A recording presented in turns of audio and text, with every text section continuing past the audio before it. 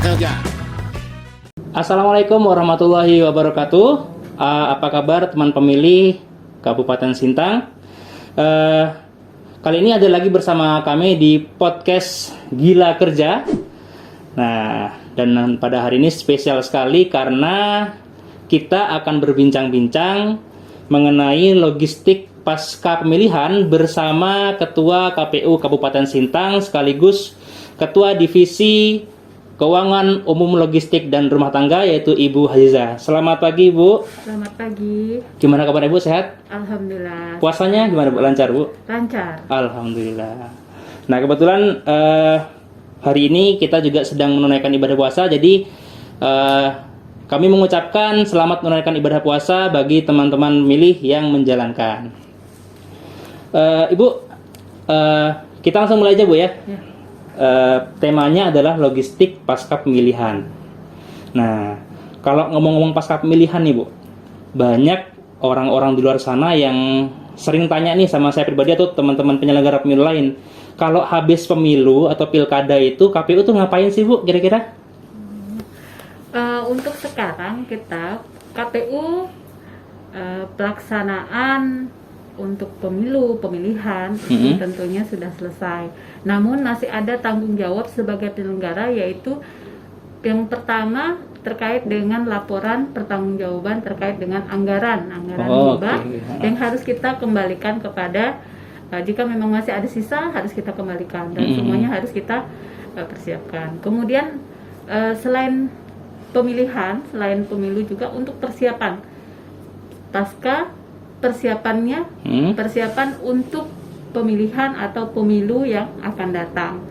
KPU sudah merencanakan terkait dengan data pemilih. Data pemilih yaitu data pemilih berkelanjutan, di mana jumlah data pemilih tambahan pada saat pemilihan itu kita masukkan menjadi, dimuktahirkan lagi menjadi data pemilih berkelanjutan.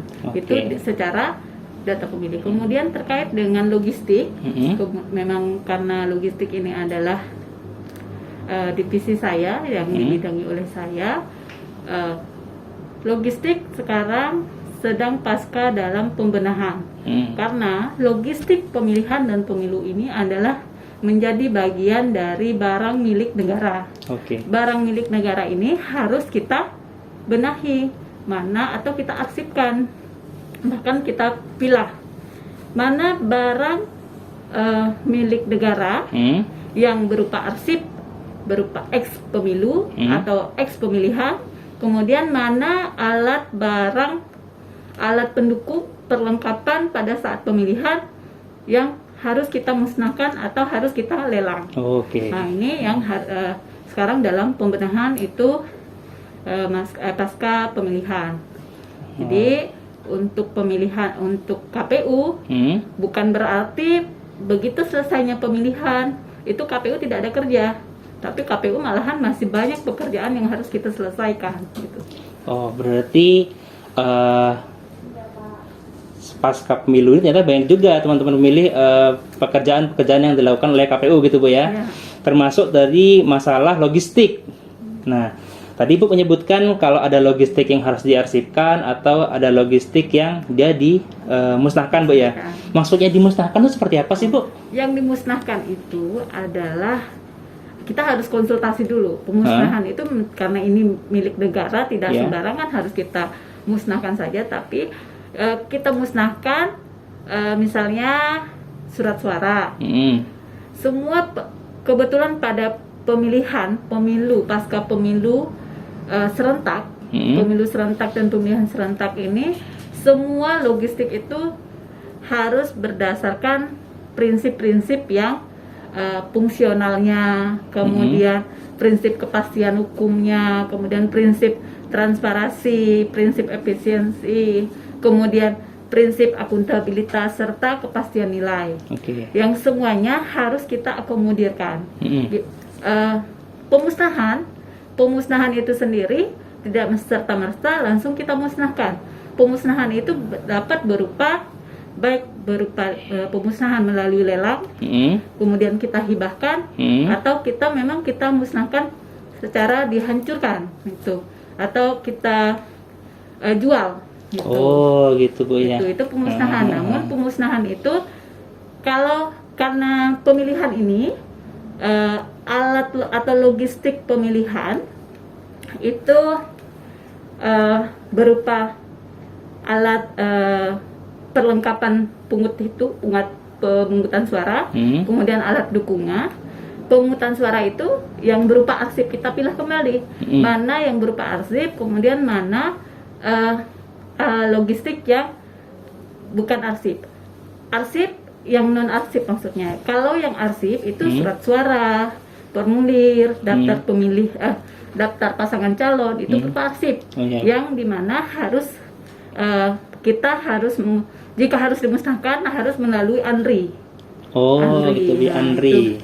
Arsip Negara Republik Indonesia. Oke, Bu. Nah, kemudian mana yang non? Kayak yang non arsip itu berupa kotak suara, bilik, kemudian alat pendukung lainnya seperti alat coblos. Nah, itu berupa non arsip, kemudian harus kita musnahkan.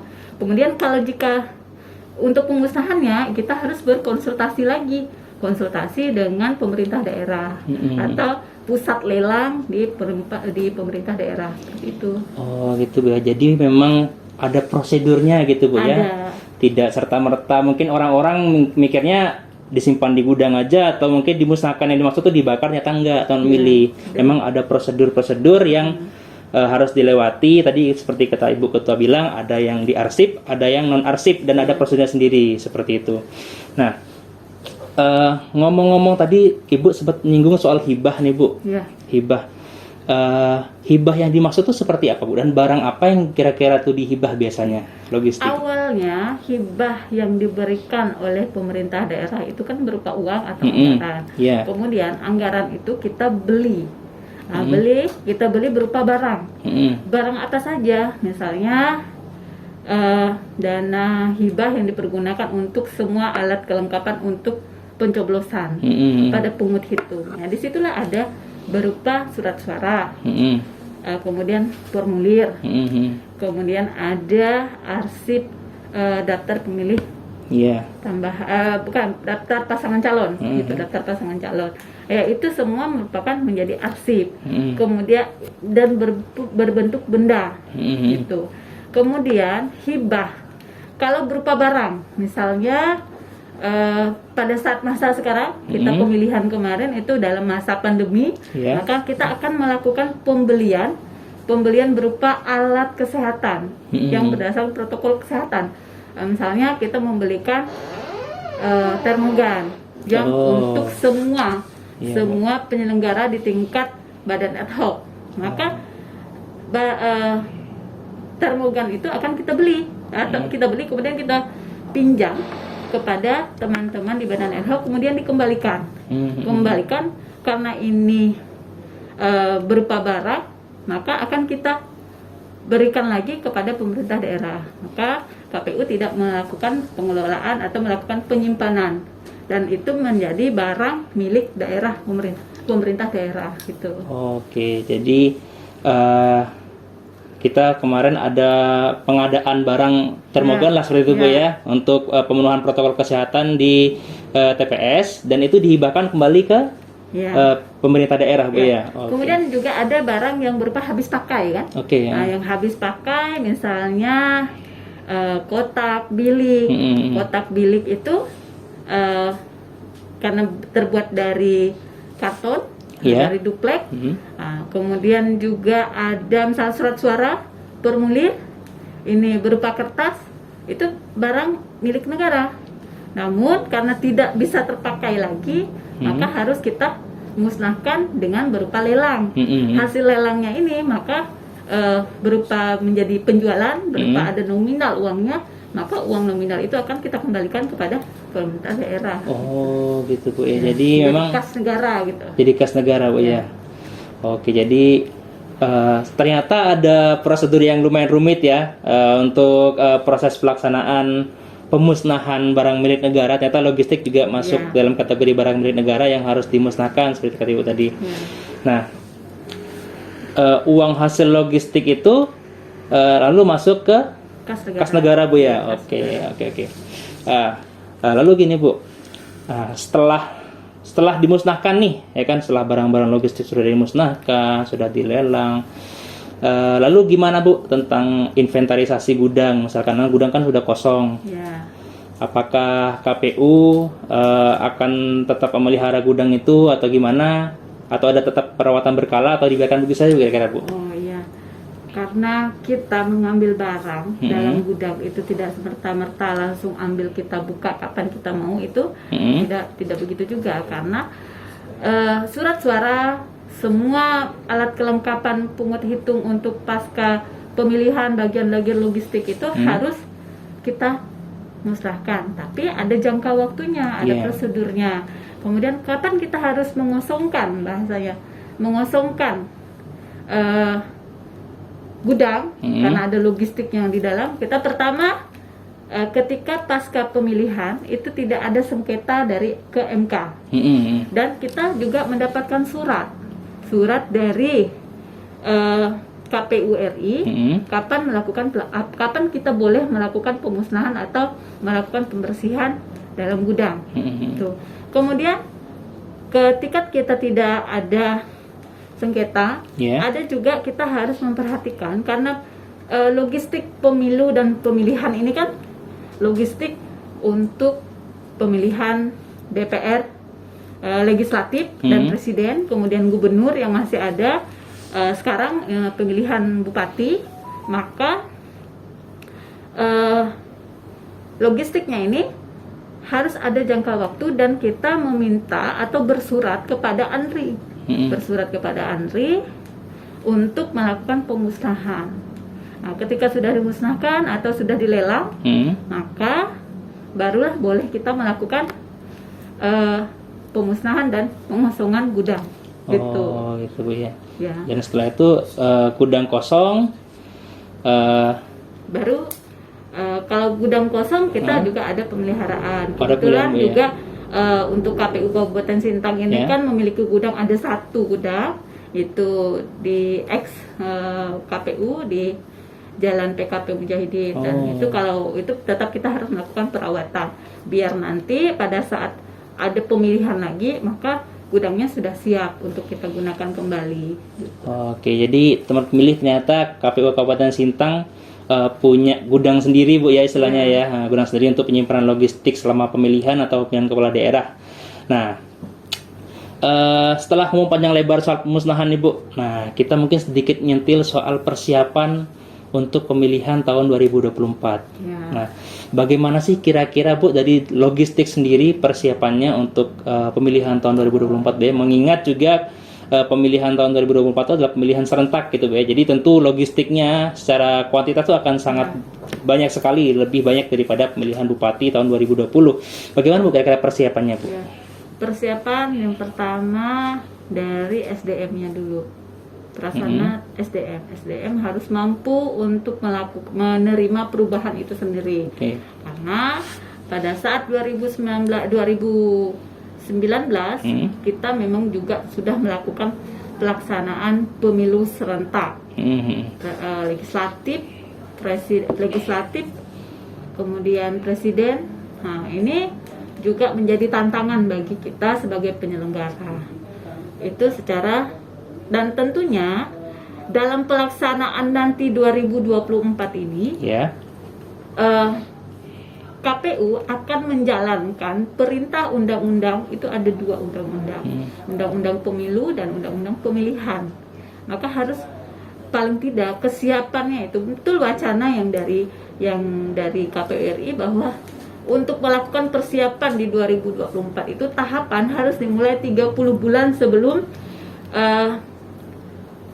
pencoblosan. 30 bulan Bu ya. 30 bulan. Soalnya kalau dia cuman memang nanti ada pemilihan nasional dan ada pemilu nasional dan pemilu lokal. Oke. Nah, itu yang kemungkinan itu akan dilakukan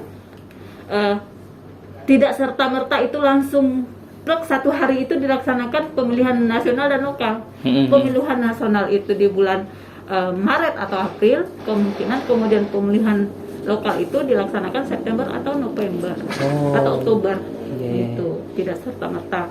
Namun tetap harus menjadi kehati-hatian bagi kita. Kemudian terkait dengan logistik, adanya paling tidak harus disiapkan penyederhanaan logistik, alat-alat kelengkapan dan TPS. Dan mudah-mudahan juga pandemik sudah berlalu. Ya, amin. Pandemiknya sudah berlalu, maka kita sebagai penyelenggara juga harus memiliki ketangguhan dari fisik, mental, dan semuanya harus kita siapkan dari sekarang. Karena di masa pemilihan nanti yang harus disiapkan juga selain dari penyelenggaranya, juga dari kesiapan anggaran. Kesiapan anggaran, kalau pemilu nasional bisa jadi memang itu anggarannya dari APBN. Kemudian kalau pemilihan lokal, maka pemerintah daerah harus menyiapkan dari segi anggaran. Dari segi anggaran yang harus dipersiapkan yaitu pada pemilihan lokal, yaitu pemilihan gubernur dan pemilihan bupati. Itu harus disiapkan dari sekarang, sudah mulai dirancang. Pemerintah daerah harus siap untuk menyediakan terkait dengan anggaran ini. Kemudian juga selain anggaran, regulasi-regulasi penyederhanaan nanti untuk pelaksanaan pemilihan serentak atau pemilu serentak, maka penyelenggara juga harus menyiapkan, menyederhanakan item-item dalam alat kelengkapan dalam TPS. Misalnya kemarin kita sudah menyiapkan Sirekap. Sirekap itu sudah menyederhanakan dalam proses Sirekap, terutama dari logistiknya. Kita mengurangi jumlah formulir, kemudian mengurangi juga kesiapan atau logistik yang lain lah, terutama untuk formulir-formulir itu. Jadi selain penyelenggara juga harus siap, kita juga dibantu dengan inovasi-inovasi seperti Sirekap tadi, Bu, yang banyak membantu memangkas logistik. Kalau istilah di pusat sana katanya pemilu yang akan datang akan lebih paperless gitu katanya. Oke, Bu, baik, kita sudah sampai di penghujung acara. Mungkin Ibu ada sedikit closing statement. Baik, kami selaku penyelenggara untuk penyelenggara pemilihan, maka mengucapkan pertama terima kasih kepada seluruh pihak, pemerintah daerah, kemudian stakeholder semuanya, kemudian dari masyarakat terutama dalam pelaksanaan suksesnya pemilihan Bupati dan Wakil Bupati tahun 2020 kemarin lancar, tanpa ada kendala yang begitu berarti, dan sukses lancar. Terutama kita juga pelaksana penyelenggaranya itu sehat semua. Nah, itu masyarakat sehat semua dalam melaksanakan pemilihan kemarin. Kemudian untuk kedepannya, karena kita juga mempersiapkan untuk pemilihan 2024 itu sangat sempit sekali, tinggal sedikit saja waktunya. Mohon untuk kepada masyarakat, pemerintah daerah yang semuanya, terutama untuk sahabat pemilih, untuk menyiapkan diri dan mengetahui terutama pada saat pencoblosan bahwa jika sudah berumur 17 tahun maka sudah memiliki hak pilih, atau sudah menikah itu sudah memiliki hak pilih.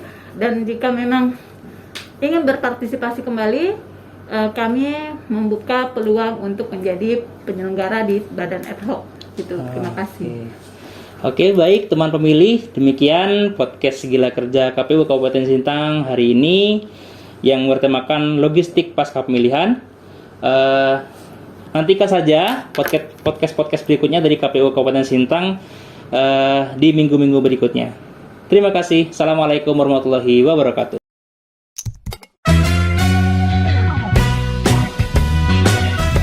Gila Kerja.